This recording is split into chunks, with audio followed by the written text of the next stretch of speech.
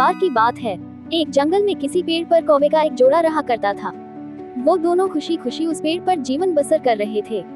एक दिन उनकी इस खुशी को एक सांप की नजर लग गई। जिस पेड़ पर कौवों का घोंसला था, उसी पेड़ के नीचे बने बिल में सांप रहने लगा था। जब भी कौवों का जोड़ा दाना चुगने के लिए जाता, सांप उनके अंडों को खा जाता था और जब वो वापस आते तो उन्हें घोंसला खाली मिलता था, लेकिन उन्हें पता नहीं चल पा रहा था कि अंडे कौन ले जाता है। इस प्रकार से कई दिन निकल गए। एक दिन कौवे का जोड़ा दाना चुगकर जल्दी आ गया तो उन्होंने देखा कि उनके अंडों को बिल में रहने वाला एक सांप खा रहा है। इसके बाद उन्होंने पेड़ पर किसी ऊंचे स्थान पर छुपकर अपना घोंसला बना लिया। सांप ने देखा कि कौवों का जोड़ा पहले वाले स्थान को छाड़ कर चला गया है, लेकिन शाम होते ही दोनों वापस पेड़ पर आ जाते हैं। इस प्रकार कई दिन निकल गए। कौवा के अंडों में से बच्चे निकल आए और वो बड़े होने लगे। एक दिन सांप को उनके नए घोंसले का पता चल गया और वो कौवों के जाने का इंतजार करने लगा।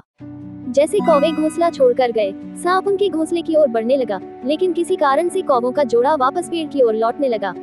उन्होंने दूर से ही सांप को उनके घोंसले की ओर जाता देख लिया और जल्दी से वहां पहुंचकर अपने बच्चों को पेड़ की ओट में छुपा दिया।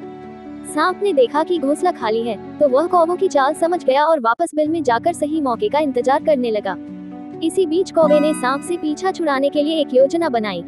कौवा उड़कर जंगल के बाहर बने एक राज्य में चला गया। वहाँ एक सुंदर महल था। महल में राजकुमारी अपनी सहेलियों के साथ खेल रही थी। कौवा उसके गले में से मोतियों का हार लेकर उड़ गया। सभी ने शोर मचाया तो पहरेदार हार लेने के लिए कौवे का पीछा करने लगे।